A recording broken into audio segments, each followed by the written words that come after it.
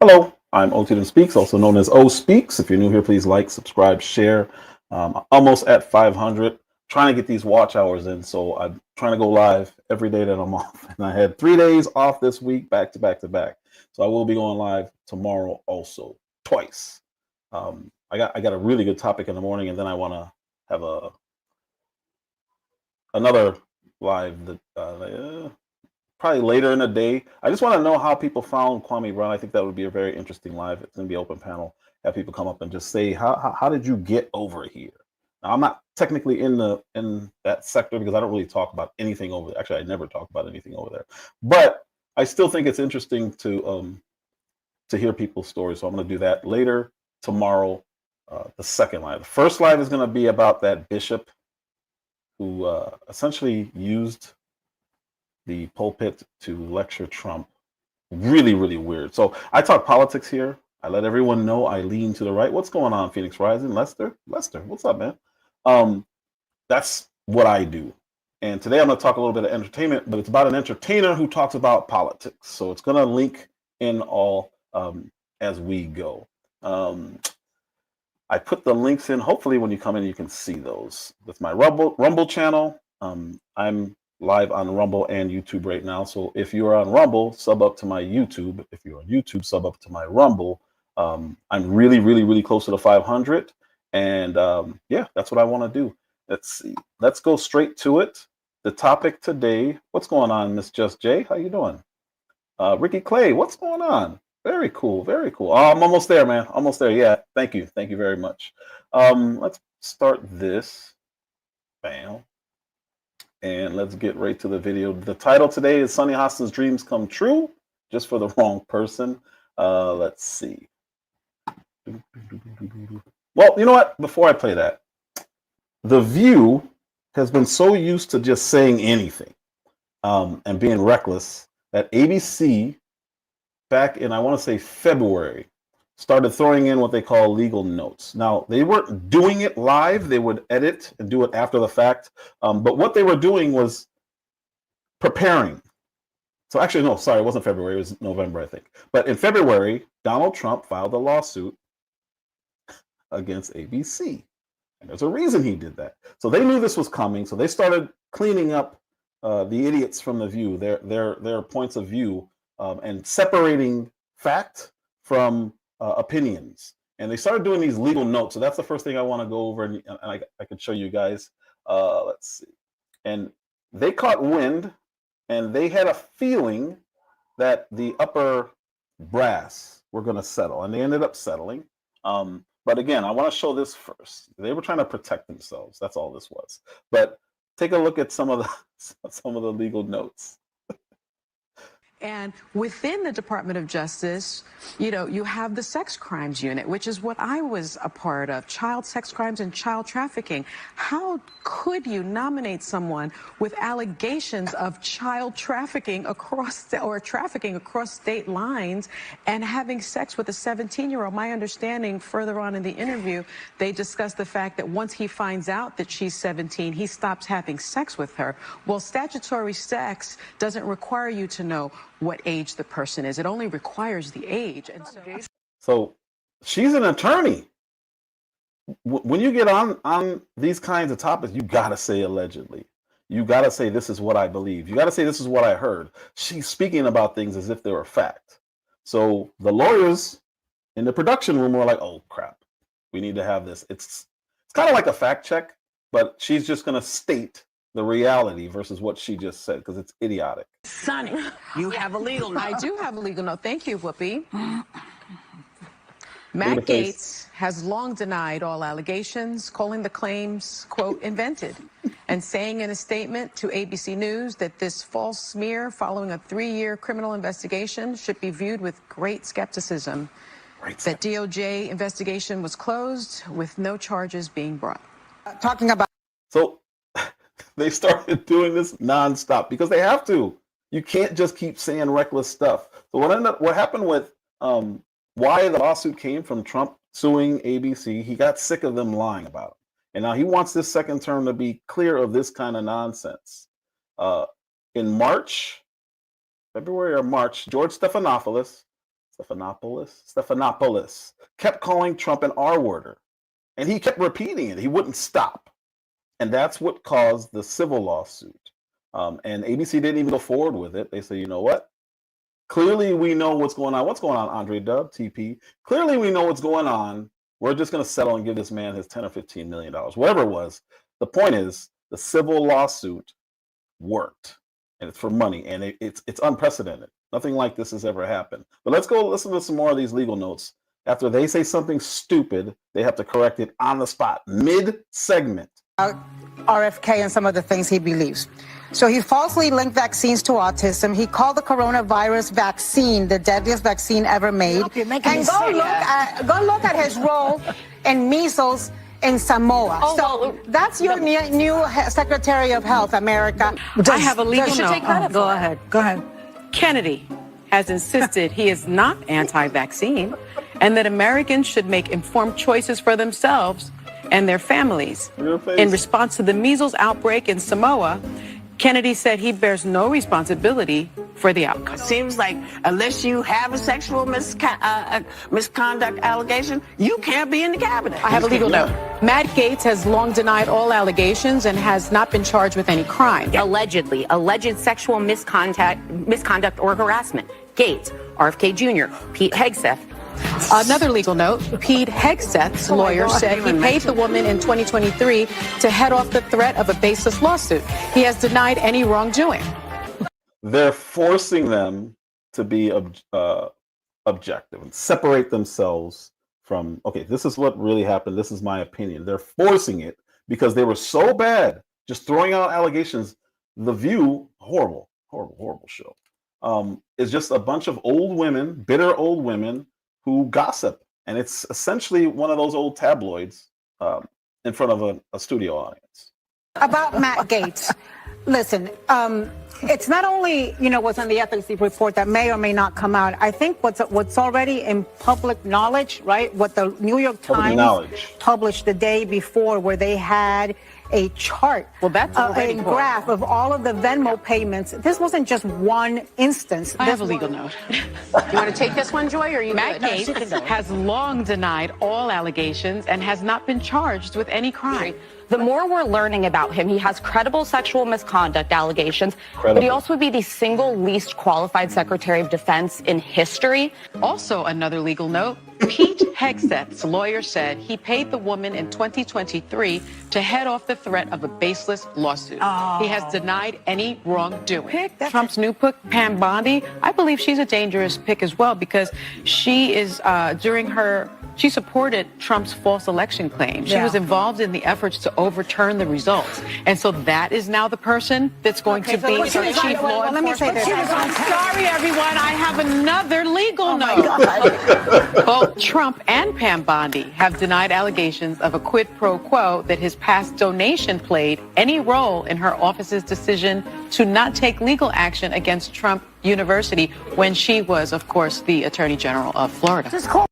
So again, they're used to just saying anything and spreading rumors and throwing out narratives. And as soon as ABC got hit with those with them papers, they started saying, all right, we're going to have to start being more careful. You guys can't just say anything. And if you do, this is essentially like an on-the-spot fact check where they're at least giving the other side because they're incapable of being honest. They just spread lies. And even if there's a harder burden of proof of slander when you're a celebrity or you're in any kind of limelight. But that doesn't mean you can just say anything. And up until now, it's never been challenged by a political figure. But she's an attorney. Yes, Phoenix Price. She is an attorney. She knows what she's saying is BS.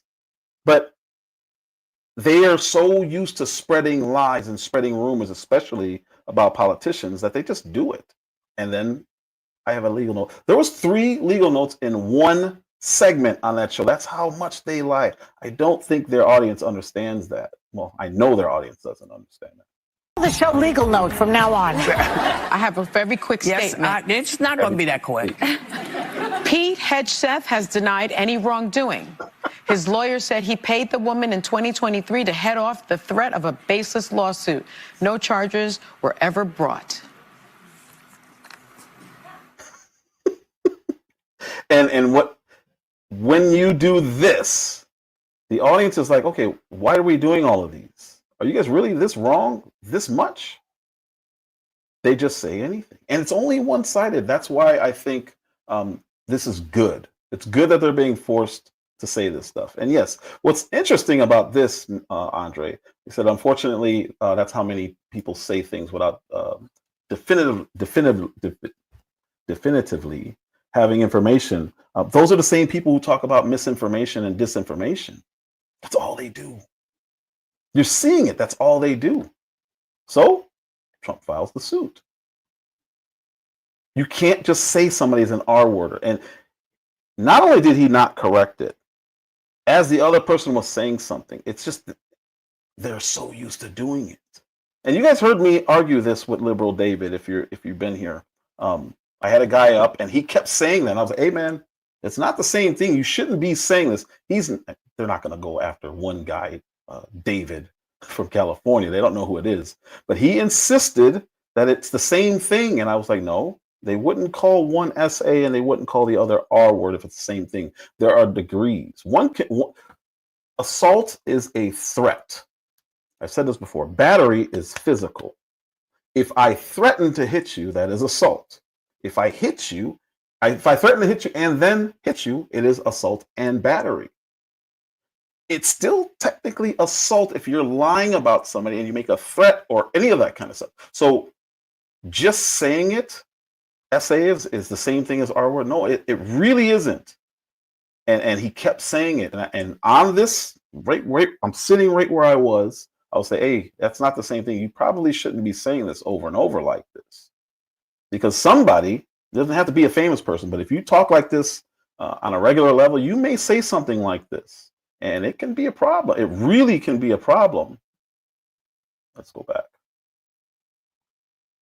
The $15 million will be contributed to Trump's future presidential foundation and museum. Mr. Trump was asked about the settlement and whether he plans to file similar suits against other news outlets or individuals. I think you have to do it because they're very dishonest. And you need a fair press. And the press is, no, I see others. I have a few others that I'm doing. I'm going to, as an example, I'm doing this not because I want to.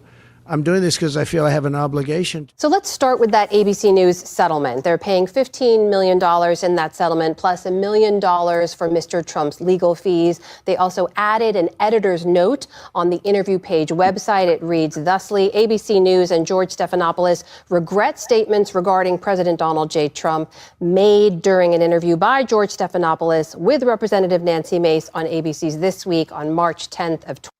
And she was correcting him, and he didn't say anything. So then they ended up having to do that editor's note after the fact. It's a retraction after the fact, all the way at the bottom of the screen. But that's another thing I think they should consider. If you get proven to be lying or you make a settlement, that should be a headline, not a note at the bottom of their website. That's just my opinion. Or retraction in bold, the same size as the headline, and then give the headline. What's going on, Mel Dub? That's the only way I think it would deter people from doing this, because that's humiliating. It's already bad enough admitting you're wrong, but then to make it a headline, that's what they should do, in my opinion. Vibes in my lane. What's going on? 2024. David, how strong a case did Mr. Trump have in this lawsuit, and how usual is a lawsuit like this in the first place? Well, lawsuits like this have become increasingly common. And this is a tactic that Trump decades ago began pioneering, and he has just been banging this drum more and more loudly ever since. And it's a tactic that's caught on, especially in MAGA circles, but really in politicians, business leaders, companies, big organizations are increasingly using defamation threats and defamation lawsuits as kind of a cudgel to attack unfavorable news coverage. And it's not an attack. It's a response. What's going on, IB? It's not an attack. This guy clearly doesn't like Trump, so he's phrasing things in a weird way. But if somebody calls another man an R-worder, he has the right to say, hey, check that, fix that. And you need to fix that now. And if you don't, I will sue you. That's not an attack. It's the exact opposite. The attack is accusing somebody of something that can get them harmed. Literally, people assume that it's real. There's a guy who heard our media calling Trump R-worder, Hitler, fascist, racist, xenophobe, homophobe, all these things, to the point where he took a shot at them, several shots at the man. So for him to say that this is an attack, to actually say, take that down, it's absurd. Because the person that you're saying things about can be attacked based on what you're saying. So he is what he is. The reality in this case is that, according to everyone I've spoken to, Trump's case against ABC News seemed not great. And there are very strong protections built into the First Amendment and how it's interpreted by the Supreme Court that give the media and others a lot of leeway when they are scrutinizing powerful individuals, no more so than the president-elect of the United States. And so he's calling it, he said it was a weak case according to everybody he's spoken to. ABC, who paid $15 million, sees it differently. Because when you go into that lawsuit, there is discovery. ABC's like, okay, let's see. We have The View on our channel. We have that chick who impacted an entire election as a moderator in 2020, who allowed Biden to lie when he had proof of something. We need to make sure that we have nothing in the background of communication with this administration. Do we want to go through this? Probably not. Let's just pay, settle. And that's what we do. If we're smart, we stop people from being able to say stuff like this. Sue. Trump, he didn't need the money. He literally put it into a charity. But he also made ABC pay the lawyer fees. That's another thing. If you get caught lying, Mel said it earlier, someone said up there, if you lie loud, you need to apologize loud. If you lie on a platform like this, you need to apologize on this. If you lie on international news, you need to apologize on international news. That's how it should be. That's my opinion. You shouldn't be able to do a little note at the bottom of your website and not where he said it on the show that he said it. It's wild. Yeah, television. Yesterday, TP said, unfortunately, once a person hears or sees something on a large platform, it clouds their rationale. Yep. It's like being sequestered in a trial. Yeah. I don't think if you say it once, the problem is these people repeat the same narrative. It's almost like they get talking points. They're in a Discord somewhere or they're in a WhatsApp somewhere and they say, okay, this is the new narrative. Let's go with this. Because you'll hear the same, you'll turn the channel, see something else, and you hear the same thing. And Associated Press essentially builds the headlines for the day, right? And the first thing in the morning, they used to say hot off the press. There would be like a message coming out saying this is the hottest topic of the day. And people say hot off the press, straight into the newspapers, because we used to have those back in the day. And then everyone would run with that story. That's what everyone pretty much online does with Associated Press.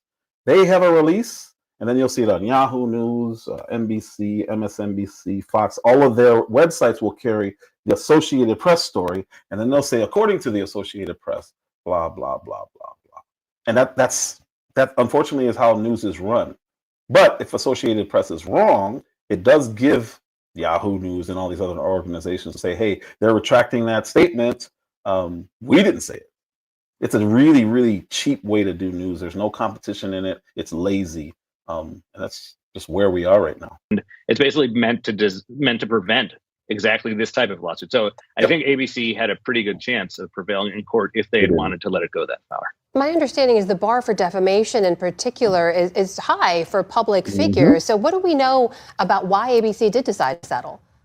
That is a very good $15 million question right now. And it seems like, based on the reporting we've done and just talking to people, it seems like they were just very reluctant to have a long legal battle with the president of the United States, which is understandable, right? But it also sets a precedent potentially that it really could embolden other political leaders, including Trump himself, to really double down on this tactic. So I think there are a lot of people in the First Amendment community and certainly in the media that were very surprised and quite troubled by this decision to essentially concede this to Trump so early on in what could have been a years-long legal fight. Or they know something and they don't want that to come out. That's the more likely scenario. It's much more likely to say, "Ooh, man, I just put out a email the other day that was talking about Trump." Anything like that can show that there's any kind of bias, and you're supposed to be news. You've got a problem. So it's either what he says, and it's a mystery on why they would settle a case that was so easy to win. Either that's true, or he was right, and ABC knows he was right. So it's easier to pay out than let the whole world know that you've got extreme biases at who knows at how many levels. Because if it was just a producer or something like that, they wouldn't pay out $15 million. To Phoenix Rising's point, who pays $15 million to keep a weak case out of court? No. Now people will settle to get things out of the way, but this is huge. This isn't like, you have an accuser, you're heading into an election, you want to pay hush money to get this person away. Or you're married and you're already going through stuff and you have somebody accusing you of something, of cheating on your wife, and you're trying to fix this, and now they're trying to accuse you. You pay them, go away. If you have the money, that's the easiest route. But with this, to his point, this is freedom of speech. You would fight this to the very end. Absolutely not. I can say what I want. I stand on my reporting. That's what people used to say. They didn't say that because they don't stand on their reporting. And absolutely vibes in my lane. Absolutely. When you have a multi-billionaire who hates this country running our media, they know that there has to be biases. And that all it will do is it'll spread. Okay, who else is doing this? Let's take a look at the last year's stories and see which ones were wrong, and then now we can see if they were lying or they were just wrong. Because just being wrong is one thing, but when you're outright calling someone an R word, you have to pay. You have to, in my opinion. Also heard there Mr. Trump saying today that he might go after other platforms, other individuals, including social media influencers in the same way, not just journalists, so suggesting a much broader use of these kinds of lawsuits. What's the potential impact of that kind of statement?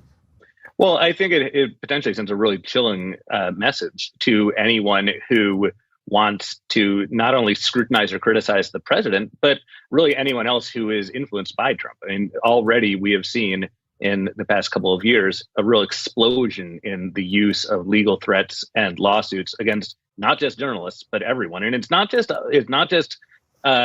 people on the right going after people on the left. This is at times a bipartisan trend where litigation is seen as a solution to shut people up.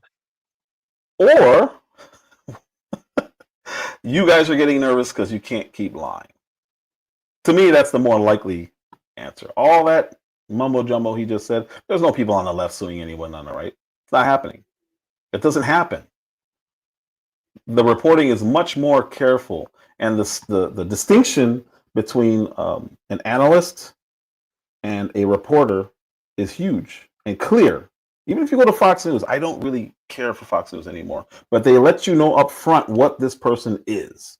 Everyone knows what Sean Hannity is. He will say anything that Republicans say. He will just parrot their talking points, and that's it. But when you go to Brett Baer, that's journalism. Much, much different. They separate them. It's literally called Special News Report versus the Sean Hannity Show. What are you going to get on the Sean Hannity Show? Sean Hannity. What are you supposed to get on a news show? News. It's really that simple. They don't do that on CNN. Everything is news. ABC, those programs are on ABC News. So this is why I tell everyone I lean to the right. I've been saying that since before Biden came out in that debate, because I want it to be very clear where I'm coming from. I don't want people to think they're watching somebody who's completely neutral. Now, when I'm giving news, I will show you guys news. When I'm giving my opinions, I will talk and give you my opinion. Or I'll say, this is my opinion. I don't know this for sure. You guys have heard me do this before, because I want it to be very clear. You guys can trust me with news information. but you're getting a right-leaning spin on it. You can decide when you watch the actual news saying what they're saying, and then I give my opinion. It's much different than claiming to be news and claiming to be fair and claiming to be a reporter. I lean to the right. So Trump won that $15 million lawsuit because they didn't want to go through a full trial with discovery. That's the bottom line. This guy's saying it's a mystery. We'll never know why ABC would do this. I think we know. They know. But that's not journalism at all. That's not reporting. So when they're doing that, it's poorly sourced news at the least, and it's outright slander at the worst. It's what it is. I think she hates him. Yeah, well, yeah. Okay, so we can all agree on that. That's a given. Before I even start this, do you see it? She's talking about Melania Trump. This is how she starts out. How can she know this stuff? We see this on YouTube. People say stuff like, whoa, wait a minute. There's no way this person can know that. I think she hates him. She's talking about her own. She thinks Melania Trump hates her own husband. Listen to what she does on this show. She's an attorney.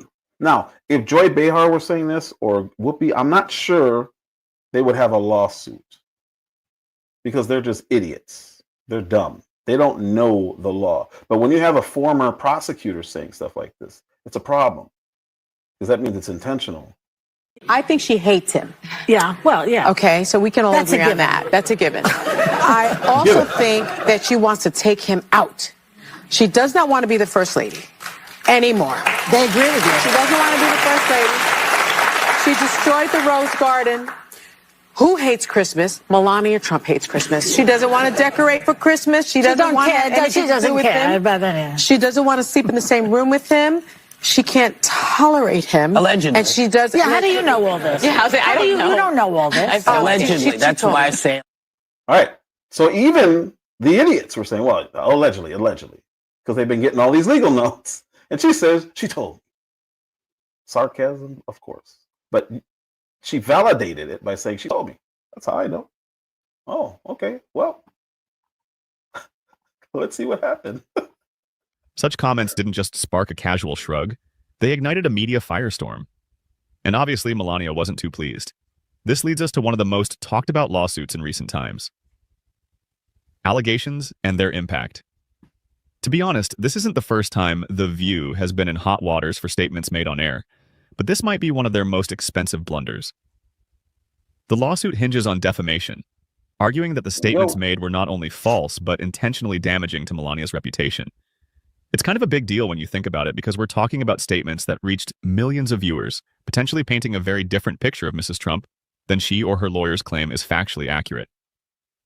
So let's break down what exactly happened on that episode. The conversation, or shall I say, the rant, began with discussions about Trump's tenure and rolled into a critique of Melania herself. The discussion escalated quickly, bordering on personal insults, with one host suggesting that Melania was the woman who didn't want to be first lady. It seemed like the show's main opinion was that Melania had become just an unwilling participant in the presidential circus. While she and her legal eagles are not taking this lightly. Let me ask you this, because I do want to get back to this point with the left and Melania Trump. Why can't she just be her own woman and have separate? And she can. And so why all that criticism? I mean, that was gross from The View. And look, The View is not the litmus test of America. We don't think that. They were afraid of that remark. That was their problem. So why did they handle it that way? At the center of I'd never thought I would be rooting or promoting litigation ever. Because I don't like lawsuits. I don't like stuff like this. But when you're dealing with giving outright lies, telling somebody they hate their husband, the audience starts clapping and they have a huge reach. Millions of people watch that trash. And whether they believe it or not, they hear it and they hear it again because it goes viral and they say, oh, wow, this has to be coming from somewhere. It's legitimate, and it's not. The only way to stop this is to do what they're doing right now and sue. It's the only way. Of the lawsuit is the notion of malicious intent. Melania's lawyers are working to prove that these statements were not just off-the-cuff remarks, but part of a calculated attempt to harm her public image. Proving intent is never easy, especially in high-profile cases. Well, it's not going to do anything in the state courts, right? Because he's facing 34 felony counts here in New York. And he'll also face, in my view, some counts in Georgia. So a pardon is a federal pardon. Try not to show how gleeful you are. I know. So I'm going to go back. She's talking obviously about Trump, but look at the celebratory nature. Trump is a 78-year-old man. So he goes to prison. That's pretty much it. He's done. Why is she so excited to tell everybody about 34 criminal indictments? Glee. She's happy. Even with people I don't like. Now, there's people I say they need to be locked up, but I'm not going to be celebrating. Like, they need to be held responsible. We need justice. That's what I mean when you hear me say lock them up. Hunter Biden should be locked up. He's gotten away with insane stuff. But this? Well, it's not going to do anything in the state courts, right? Because he's facing 34 felony counts here in New York. And he'll also face, in my view, some counts in Georgia. So a pardon is a federal pardon. Try not to show how gleeful you are. I know. I'm trying not to. I'm trying not to. But a federal pardon could certainly pardon him from anything that the Department of Justice is investigating on a federal level. But I think it sends the wrong message to pardon a president who was impeached twice, but was also just flouted the law, especially on January 6th, and tried to destroy our very democracy. Our justice. If you didn't see my live yesterday, I talked about something that happened after this, which is a bunch of pardons on both sides. But you see, she doesn't think he should be pardoned. No, absolutely not. She didn't say anything negative about Biden pardoning 5 people in his own family. Blanket from January 1, 2014 to now. She didn't say anything about that. And those 5 were separate from Hunter Biden, who he pardoned. And then he pardons Anthony Fauci. And then he pardons Mark Milley. Actual treason that guy did. He pardons Liz Cheney. He pardons Adam Schiff. But Trump it sends the wrong message, according to Sonny Hostin. System can work. It does work, because we haven't seen this for a while, and particularly with him. But, the judge is going to have to sentence him. And one of the things that's been bothering me is I keep hearing all these pundits saying, he's a first-time offender, it's not going to, And I'm thinking to myself, wait a minute, you got 175,000 cases where people are coming for you. So you're not actually a first-time offender. And wouldn't this go to the kind of habits that you have in terms of your rhetoric? But I want the judge to give him 6 months.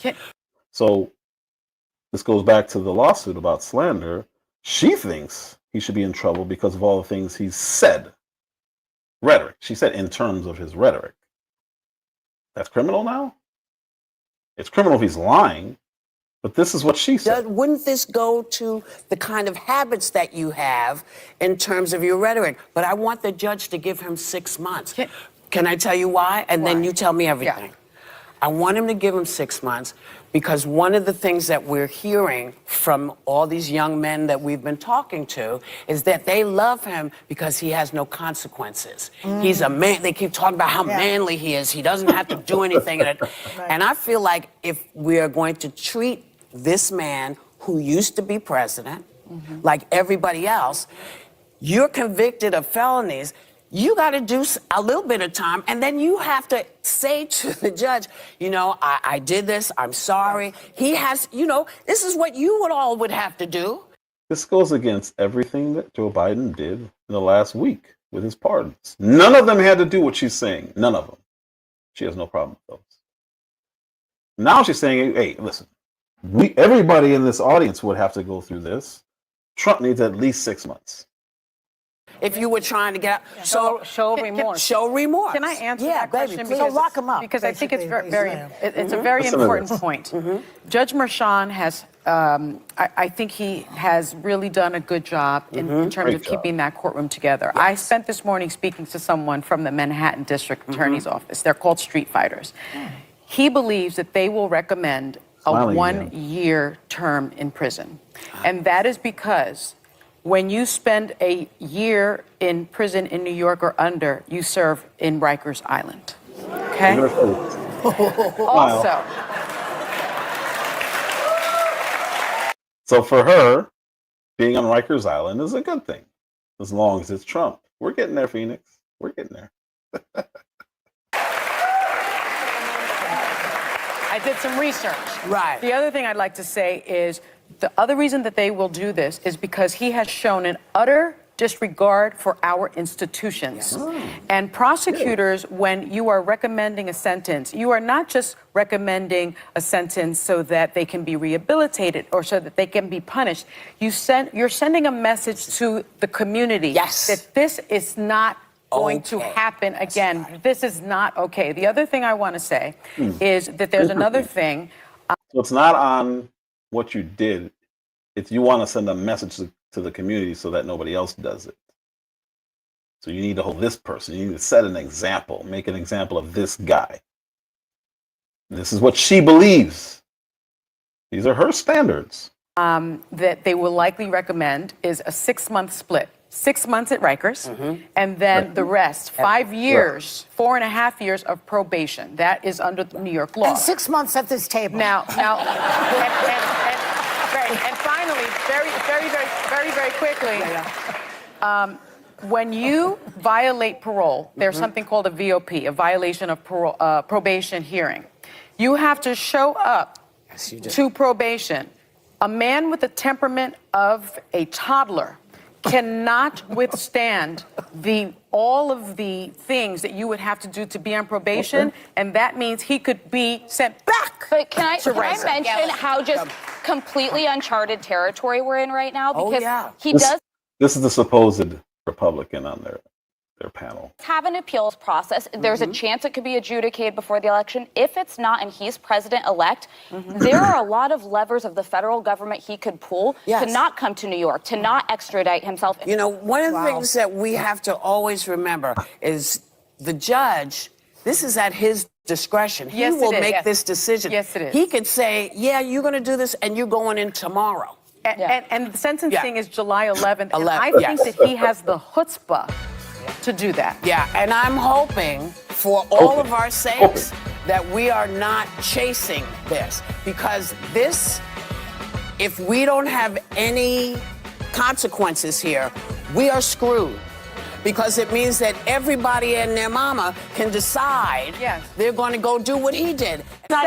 So the standard is, if he didn't get, which he didn't, any time, that's telling the world that everyone can do it.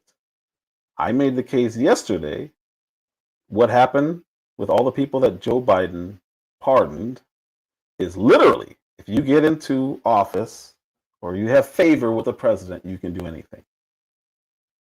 And he set that precedent, because you could have done something now, 4 years from now, when he's on his way out of office, whoever this person is, this president, no matter what you did, as long as it's not treason, he'll wipe the slate clean. That's what Biden did. January 1st, 2014 to last week, he pardoned 5 people in his own family. He pardoned the entire J6 committee, or the main figures in the J6 committee. And Hunter Biden, he did the same thing. He pardoned him up till October. But she's saying if we don't lock up Trump, anybody can do anything that he did, which most people don't have the money to do what they were accusing him of anyway. And Judge Merchan let them all down. And let's see how many people sleep with porn stars and try to hide money in their states. He would be held criminally responsible because no one is above the law. He would be at the very least charged. He not only has the New York case, he has the Georgia case, he has the Department of Justice cases. There are 2 or 3 of them there. Why does she act like a child? Get him back in prison, and the faces that she does when she's talking, and now she's doing. Why does she do that? Like she's old. She's old. I don't understand this. But listen to her standards. These are her standards. This is what she says needs to happen, because this is what she believes. He would be held criminally responsible because no one is above the law. No He one. would be at the very least charged. He not only has the New York case, he has the Georgia case, he has the Department of Justice cases. There are 2 or 3 of them there. I mean, you can't commit so many crimes and think that you are above the law, even if you are the president. No matter who it is, they should not be above the law. That's her standards. So it really is a celebration of the law. It's a celebration of the law and how it applies to all of us. But somebody was saying that Michael Cohen situation was different. But isn't it the same thing? He went to prison. He went to prison for it, for assisting Trump in this. But what I don't... No, he went to prison for contempt of court and perjury. She's an attorney. She knows this. If I know this, she knows this. He went to prison for assisting Trump? No. No document anywhere says that. She just made that up. Cohen situation was different. But isn't it the same thing? He went to prison. He went to prison for it, for assisting Trump in this. But what I don't think we should get too far ahead of ourselves, because the charges have been sealed, right? The indictment is sealed. So we're hearing it's 30 counts.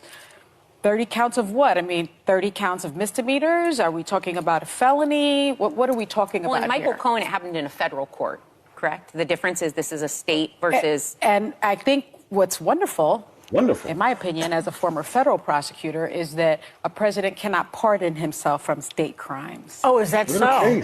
Why, if it was a federal crime, he could pardon himself? Yeah, and I think that he has a pocket pardon somewhere in some safe somewhere.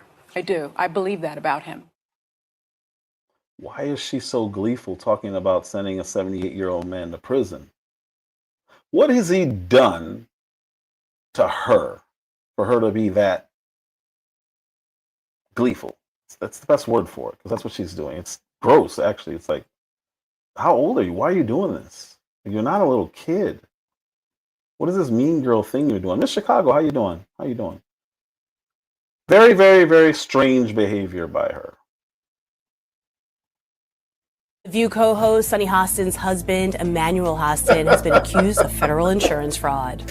According to a new lawsuit obtained by Page 6, the orthopedic surgeon was one of 200 defendants named in one of the biggest racketeer, influence, and corrupt organization cases ever filed in New York. All right, listen. I would never cheer on someone going to prison. When I'm laughing, I'm not laughing at him. Anyone facing this kind of thing is in trouble. The largest RICO case ever by the feds. So let's see if she keeps the same energy that she has for everybody else about her husband, because I'm guessing there's a different standard.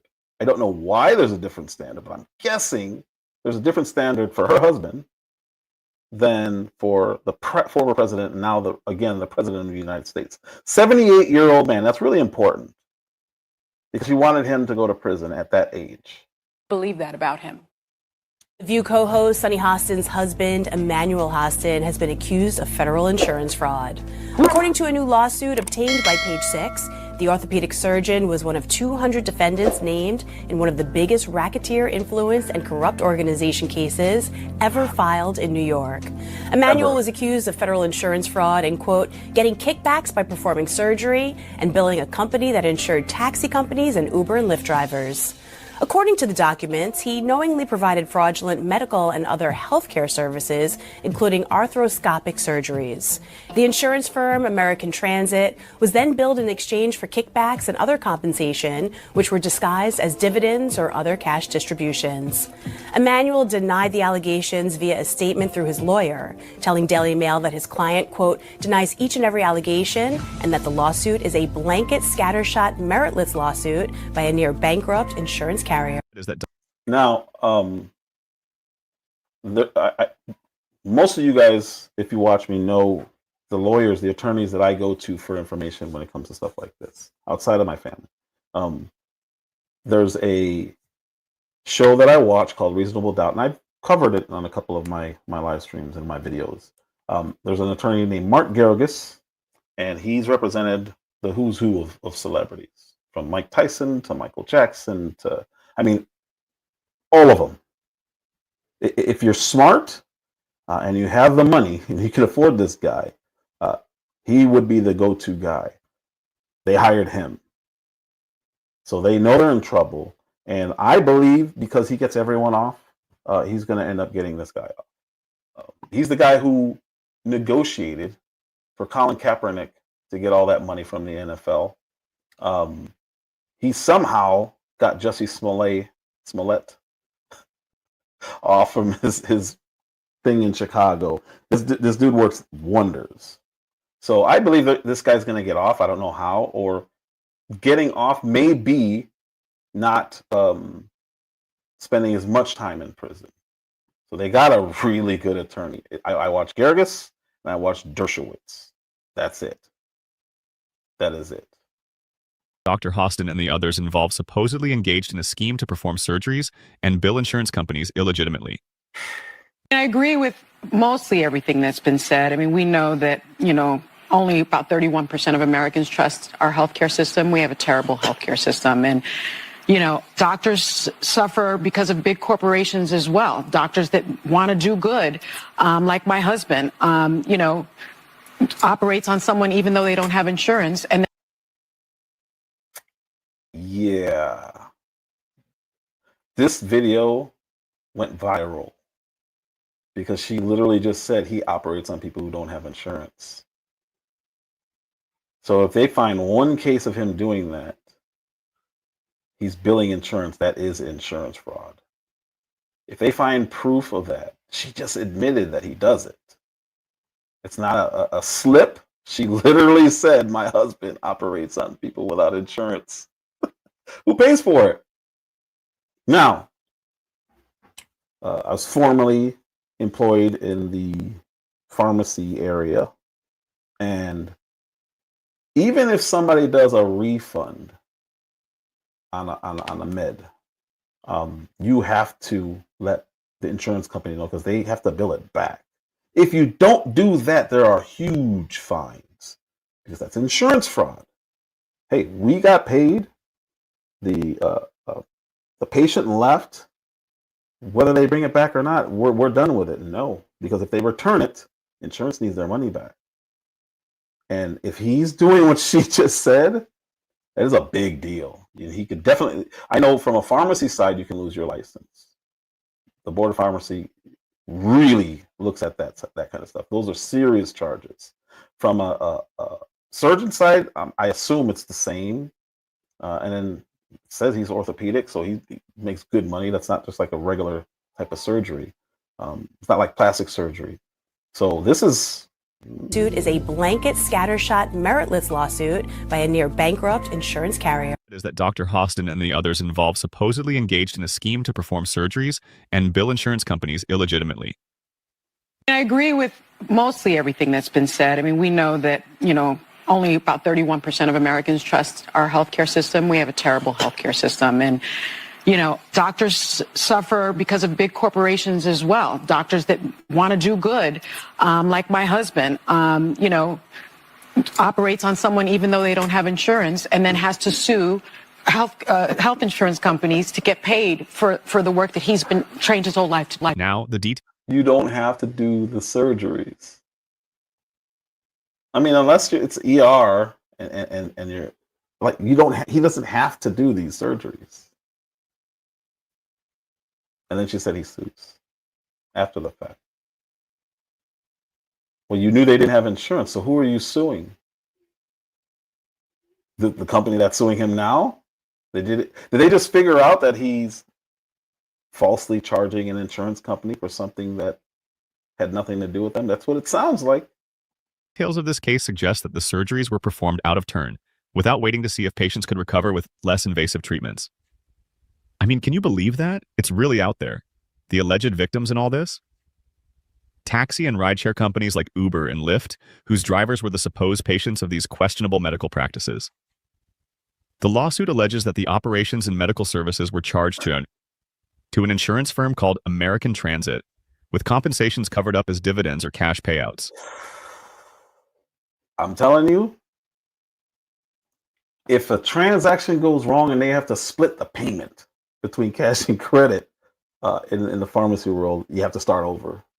This is bad. This is really, really bad. If they have any proof and can show one case of this dude's in trouble. Years, no license, serious trouble. Now, Sonny's husband isn't just shrugging off these accusations. His legal team is standing firm, denying each and every claim. American Transit Insurance Company, or ADIC, the plaintiff that specializes in insuring taxi drivers and transportation professionals. ADIC insists it has been fleeced out of substantial sums, millions by its estimate. The company claims it was billed for surgeries that were either unwarranted, never done, or inflated beyond reason. And they're talking about threatening him with insurance fraud. I would say you could get about 20 years in prison, so that's a death sentence for him. It's a death sentence for her husband, but a 78-year-old man going to prison. It's okay. That's what she wanted. She smiled. She asked for it. But if they have any surgeries that he did or if they see any charges for a surgery that he didn't do, I'm telling you guys, this is huge.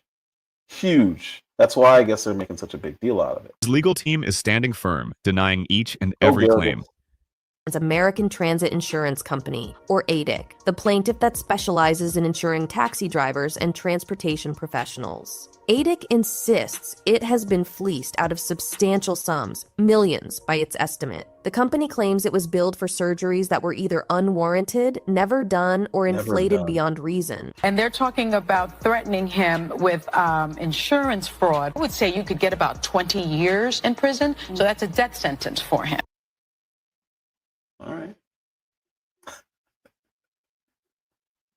I really wanted to cover that because it led into yesterday's live about the pardons, but I ended up doing it in reverse because the pardons was kind of still happening.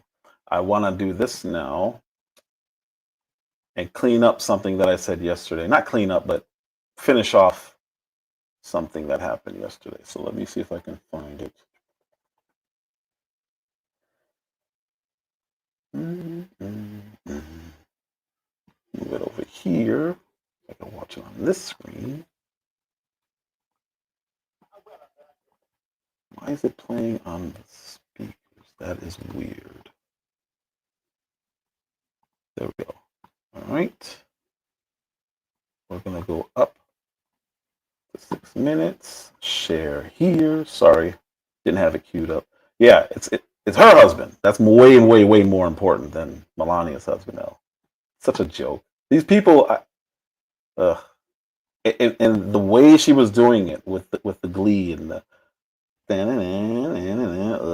just acting like a child. That's a grown woman acting like that. All right, let's watch. I want to clean up this or close out something I was talking about yesterday that I didn't finish on. And there we go. Yeah, here we go. Here we go. Let's do this. Where'd that go? That's weird. There we go. All right.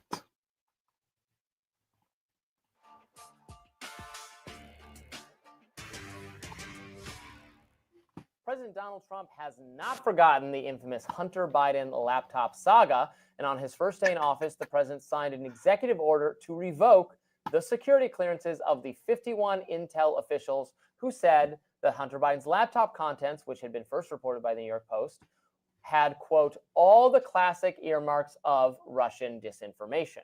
Now, Trump. So this is something I talked about yesterday.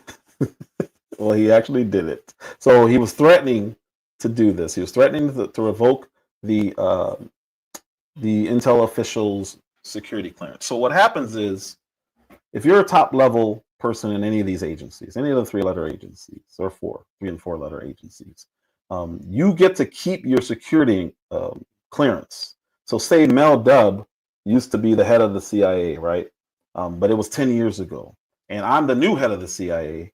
I can call Mel Dubb over and talk about these things because he still has clearance.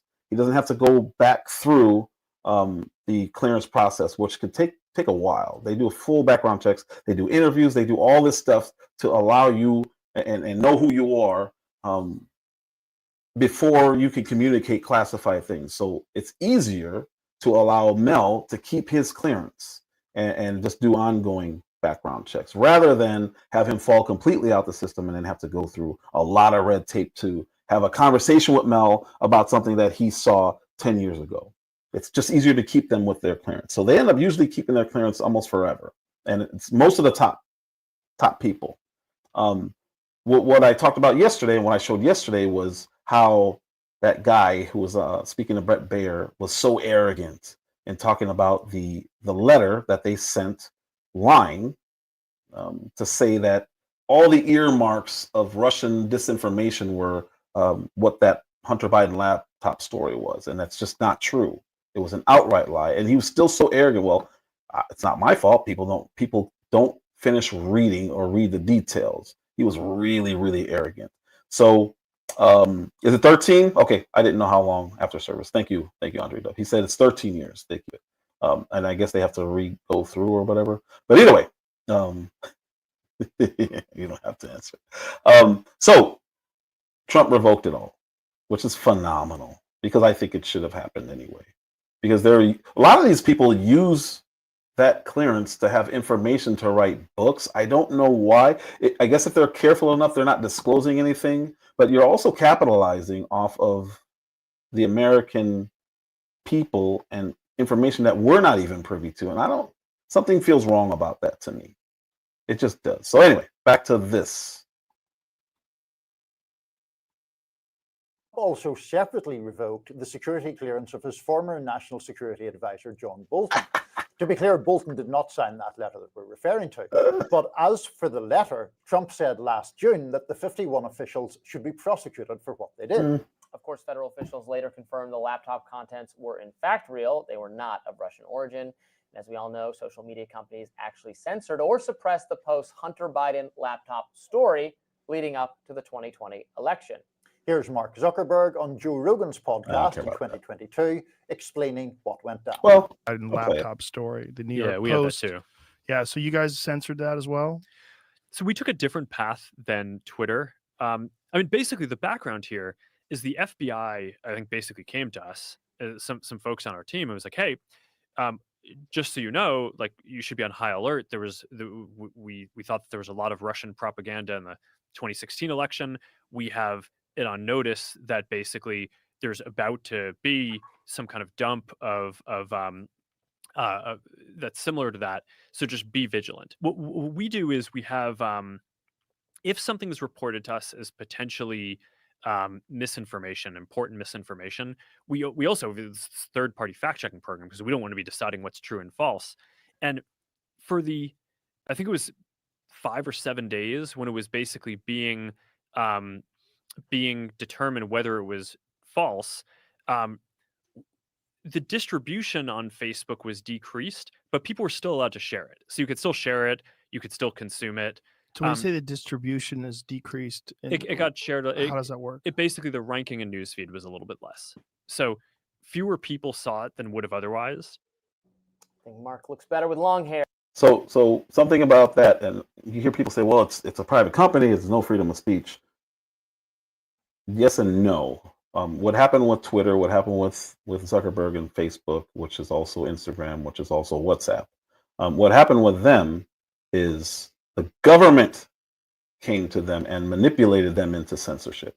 That is unconstitutional because the government should not be interfering with speech. So when people say it's a private company, yes, but if the government is there essentially threatening them or scaring them into thinking, hey, if you don't do this, people could die, you now have a real problem because that is unconstitutional. The government cannot interfere with our speech. There's certain things that just go too far. You can't threaten the president, obviously, because that can lead to physical violence. But if it's somebody saying, hey, this laptop is real, they shut down the New York Post's accounts on Twitter. They banned Trump. Well, I think he was already banned by that point. No, he wasn't banned yet. People like me were getting not only shadow banned, but posts taken down. Or they put a huge stamp on your post saying this is known as misinformation, disinformation, or whatever, do you still want to see this post? How many people are going to do that? They're going to assume that it's swayed in somehow. I had so many issues during these times with YouTube and with Instagram. I wasn't doing live streams, so I was making videos. But they were just outright lying. Outright lying. I don't know if I was doing videos on YouTube yet. Either way. But they were basing it off of credible sources. Well, the New York Times came up with that story. The guy from the last video talking about that ABC should have fought, he works for the New York Times. So the guy, well, not the guy, but the people who made this story up and just lied. Because it started in the New York Post where they started talking about the laptop and all the emails on it. New York Times put out that, or Politico put out that letter. I think it was Politico. And the New York Times followed it up. That's what it was. Politico just made it up.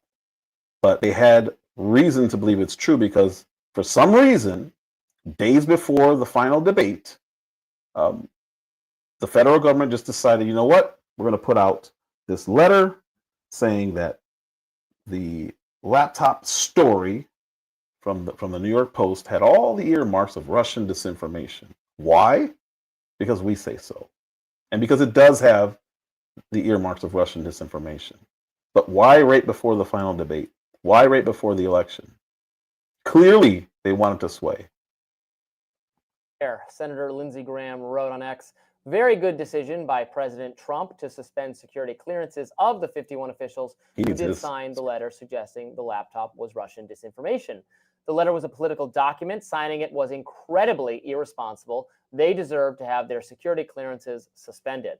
Intel historian and former Intel official Mark Stout wrote on Blue Sky, Trump, as threatened, has revoked whatever security clearances the 51 former intelligence officers who signed the letter about Hunter Biden may have still had.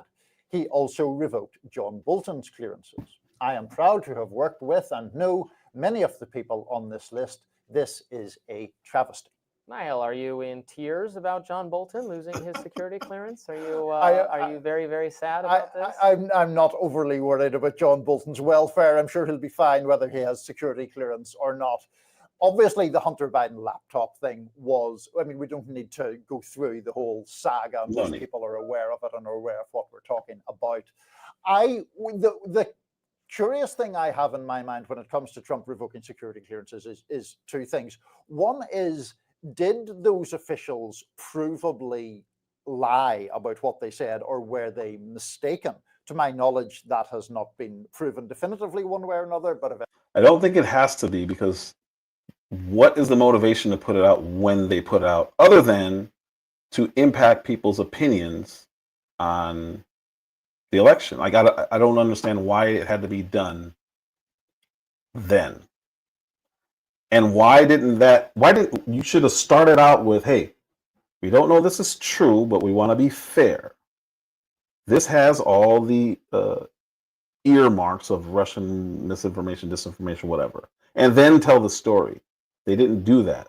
They did exactly what those editors did at the bottom of the New York Times. And at the bottom somewhere, they said, hey, we don't know if this is true. The headline is not what he's talking about. That has been proven definitively, I stand corrected. The other thing is just my inherent skepticism about Donald Trump taking the high road about, politicization of intelligence or of security concerns or whatever, when he so constantly traffics in, whatever suits him to say at any particular time. Well, okay, yeah. If Trump did something bad, Tell him, Trump pink did guy. something bad, it's, always a defense you can go to. I don't know if they were lying. Actually, I probably would not assert that they thought they were knowingly lying. I think the intelligence establishment actually did have just a totally misguided Russia kind of crazy thinking about everything they were seeing. They didn't, because nothing panned out. None of the allegations that they were talking about panned out. And this was right before that final 2020 debate, right before the election. So what he's saying, respectfully, is he's just wrong. And again, why the timing of it? And then why, after they found out that it wasn't true, did they not say, you know what, we were wrong? Never happened. And they knew about the laptop 2 years before this. That makes it a lie. They knew about the laptop. They knew the contents were real by the time that debate happened. By the time they released that letter, they knew it was all authenticated already. That's why they were hiding it, trying to wait out the statute of limitations. That's how Hunter got away with most of the stuff. They charged him with nonsense. I mean, it's still serious stuff, gun charges and the tax evasion. But they hid this stuff because they didn't want anybody to see these emails. And because Joe Biden was involved in some of these emails. So what he's saying, and they didn't lie. Well, they knew that what they said on that letter were false, which is why Trump keeps saying, I think there should have been charges filed, prosecuted.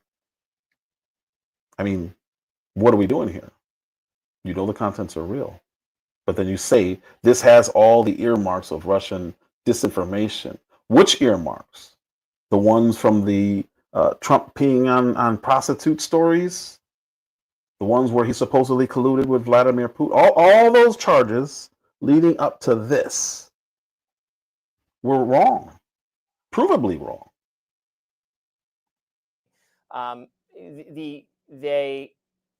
They put out this document saying it resembled to them Russian disinformation. The really aggressive bad actor in this whole saga was the reporter for Politico, who reported on that document and characterized it falsely in the headline, saying 51 intelligence officials say laptop is Russian disinfo, condensing that distinction, whereas they were saying, well, it kind of looks like it to us. The hallmarks. Whereas the Politico reporter said what they're saying is that it is. Okay. That headline is still like that today. It's incredible to me that they haven't changed it. And they, at Politico, eventually not only did not fire that, or the headline, maybe they fired I don't know, the headline writer, and that is not necessarily the reporter, but the reporter is still reporting for in mainstream circles. So that was the big mistake. And then that was a big mistake for Politico, but it's intentional. If you Google it now, it'll lead you to that story, and you say, oh, it's legit. That's why they don't like to change their stuff. Or if they do a retraction, again, it's at the bottom. So if you Google this story to find out, wait a minute, what is Trump talking about? There was no 51 intel officers. They had to be right. He's saying that they were lying. You Google it, there's the story.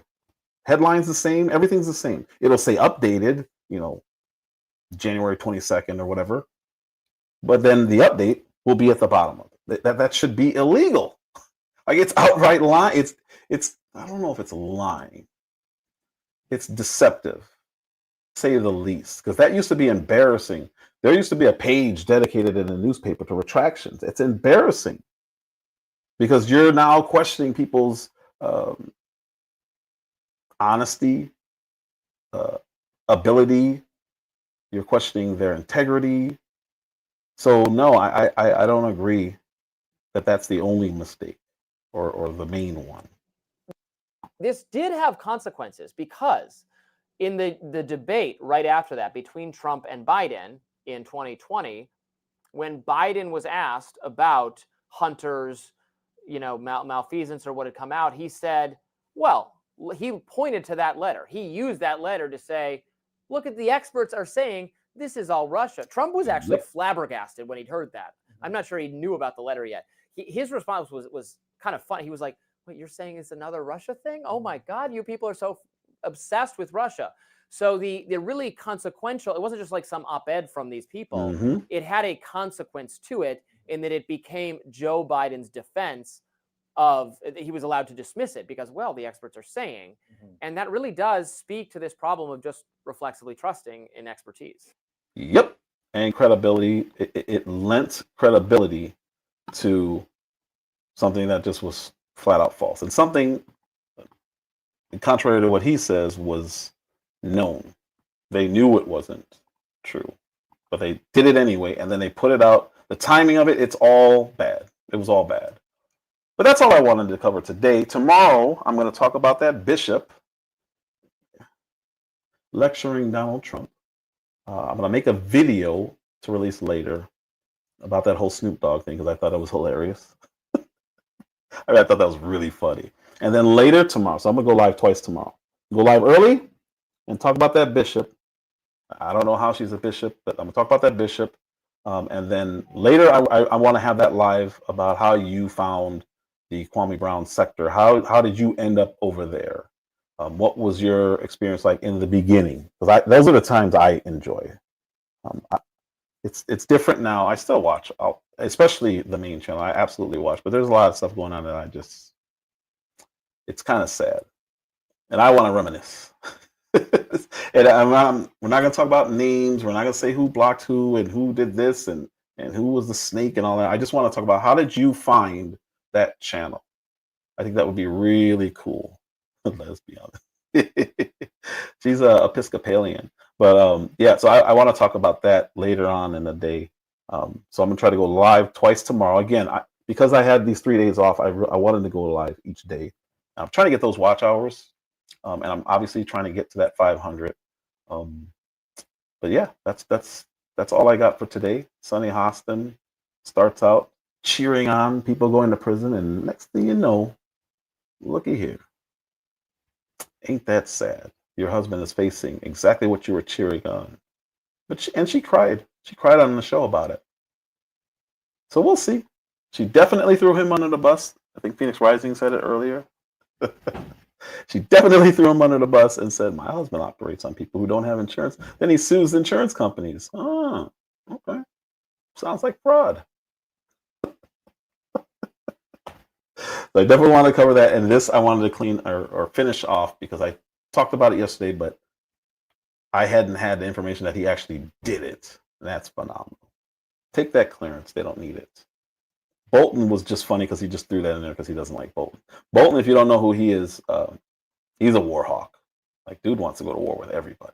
And one of the cool things about Trump is he brought in a guy that he absolutely disagrees with. Most people disagree with because he really is a war hawk.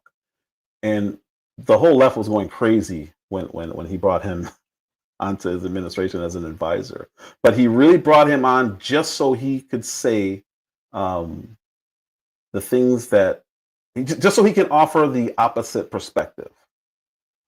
And that's a sign of a good leader, because I do that when I'm brainstorming something and I want to implement something.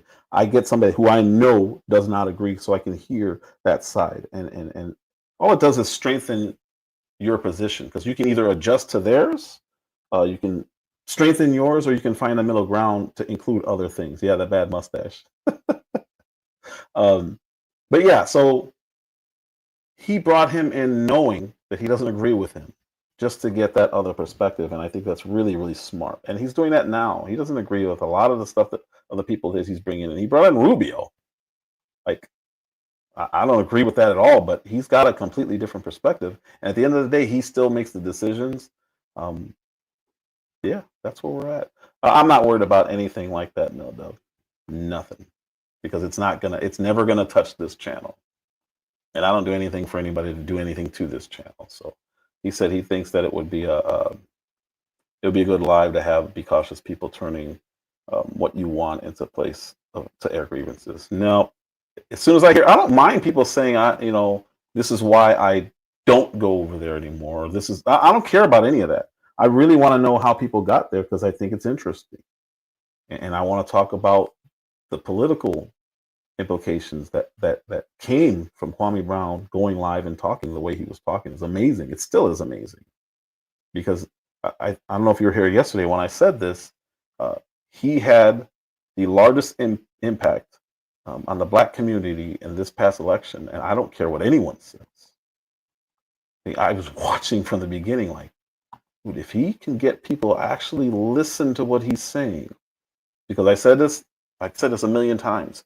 When he first started bringing up Trump, people were like, "Oh no, don't talk about, don't talk." And as we got closer to the election, you had everyone agreeing with, not everyone, but you had a way more majority agreeing than disagreeing. But when you look back 4 years during that election cycle where Biden said you ain't black, people were with that. They were cool with that. They were calling Candace Owens all kind of stuff in the chat. So that's really my interest. I just want to know when people came in, how they found them, what they thought back then. I really am interested in that. So that'll be my live later on tomorrow. Again, morning, I'll be talking about some lady, some bishop. Yeah. So that is all I got. I'm O Speaks, Otitum Speaks. If you're new here, please like, subscribe, share. Trying to get to 500 for sure. But more so, I'm also trying to get these watch hours. So if you can share it, that helps both ways. Both ways. If you're on Rumble right now watching, please subscribe to my YouTube channel. I'm like 10 away, if that, from being at 500. And on YouTube, you get 500. You're eligible for monetization. So that's what we're doing there. Yeah, that's it. That's all I got. So if nobody has anything, I didn't share Will's company, and I know YouTube has a lot of people who can utilize what he does. His company is called STG.Designs, and this is the stuff that he does. I'll drop any content creators in here. I'll drop you guys links, but all the people that I watch I always put their links in my descriptions. But anyway, STG.Designs is Will's company. They do custom apparel, T-shirts, embroidery, sublimation, tumblers, coffee mugs. He does all of that, and very, very reasonable also. And then if you need any of that stuff, because especially content creators, he can hook it up. So there's that. That is his information. That's his IG. I'm actually wearing a content creator shirt right now. I support people that way. If they have merch, I like getting it. This is the loaner. Shout out to the mail ticket. What else? I think that's it. Mel Dub, where are you? Mel Dub. This is a content creator that I absolutely watch everything. He did a short. Been doing a lot of shorts. How come you're not going live, man? Been only going live like once a week. I thought I was bad. Sub up to Mel Dub. If you're not already, who else is in here? So, all right, shout out to Mel, Phoenix Rising, Andre W. As always, sir. I appreciate you guys for coming in. I think Lester was even in here. That was really cool. Miss Chicago. Who else? Miss Chicago. Just Jay. Miss Just Jay. Thank you. Vibes in My Lane was also in here. I appreciate all you guys. Thank you so much. TP was in here. IB. That was awesome. Good to see you guys. I think that is everybody. So, with that said, thank you. Scheduling problems. Yeah. Well, you see me. I gotta squeeze them in when I'm off, because it's the same thing, man. It's getting wild out here. Thank you guys so much. Appreciate you.